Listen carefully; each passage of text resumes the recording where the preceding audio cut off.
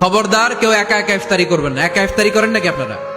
আল্লাহর হাবিব সাল্লাল্লাহু আলাইহি ওয়াসাল্লাম বললেন, কেউ যদি কাউকে ইফতারি খাওয়ায়, যিনি খাওয়ালো উনি রোজা রেখে যেই সওয়াব, খাওয়ানোর কারণে ওই সওয়াব। সাহাবারা বললেন, ইয়া রাসূলুল্লাহ, ইফতারি খাওয়ানোর মতো পয়সা তো আমাদের নাই। আল্লাহর হাবিব সাল্লাল্লাহু আলাইহি ওয়াসাল্লাম বললেন, ওয়ালাউ বিশারবাতি মা, যদি এক ঢোক পানি দিয়েও ইফতারি খাওয়া তবেও এই সওয়াব পাওয়া যাবে। ওয়ালাউ বিআযকা চিলাবান, এক ঢোক দুধ দিয়ে খাওয়ালো। ওয়ালাউ বিতামরা, একটা খেজুর দিয়ে ইফতারি করালো, এই সব সুবহানাল্লাহ পড়েন। বাসায় একসাথে খাবার খান, আলাদা আলাদা না। কিভাবে? একসাথে। যদি একান্নবর্তী ফ্যামিলি হয়, ভাই বোন চাচা মামা একসাথে, তাহলে ছেলে মেয়েরা একসাথে বসবেন না। ছেলেরা সবাই একসাথে, তাদের খাওয়া শেষ, এরপরে মেয়েরা সবাই একসাথে।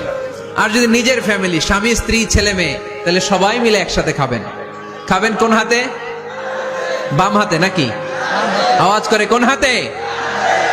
আল্লাহর হাবিব বলেছেন, লা তাকুলু বিশিমাল, বা হাতে খেও না, ফা ইন্না শাইতানা ইয়াকুলু বিশিমাল, কারণ শয়তান খায় বা হাতে।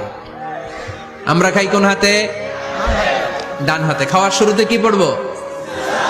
খাওয়ার পরে কি পড়বো? মনে থাকবে?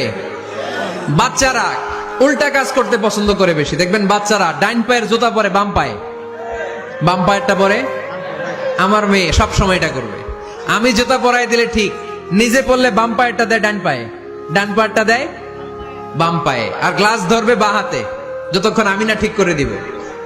এবং বিসমিল্লাহ বলতে ওরা ভুলে যায়, বারবার স্মরণ করিয়ে দিবেন, বারবার বারবার। এখন ওর মস্তিষ্ক নরম আর উর্বর, ভেরি ফার্টাইল ওদের মস্তিষ্ক।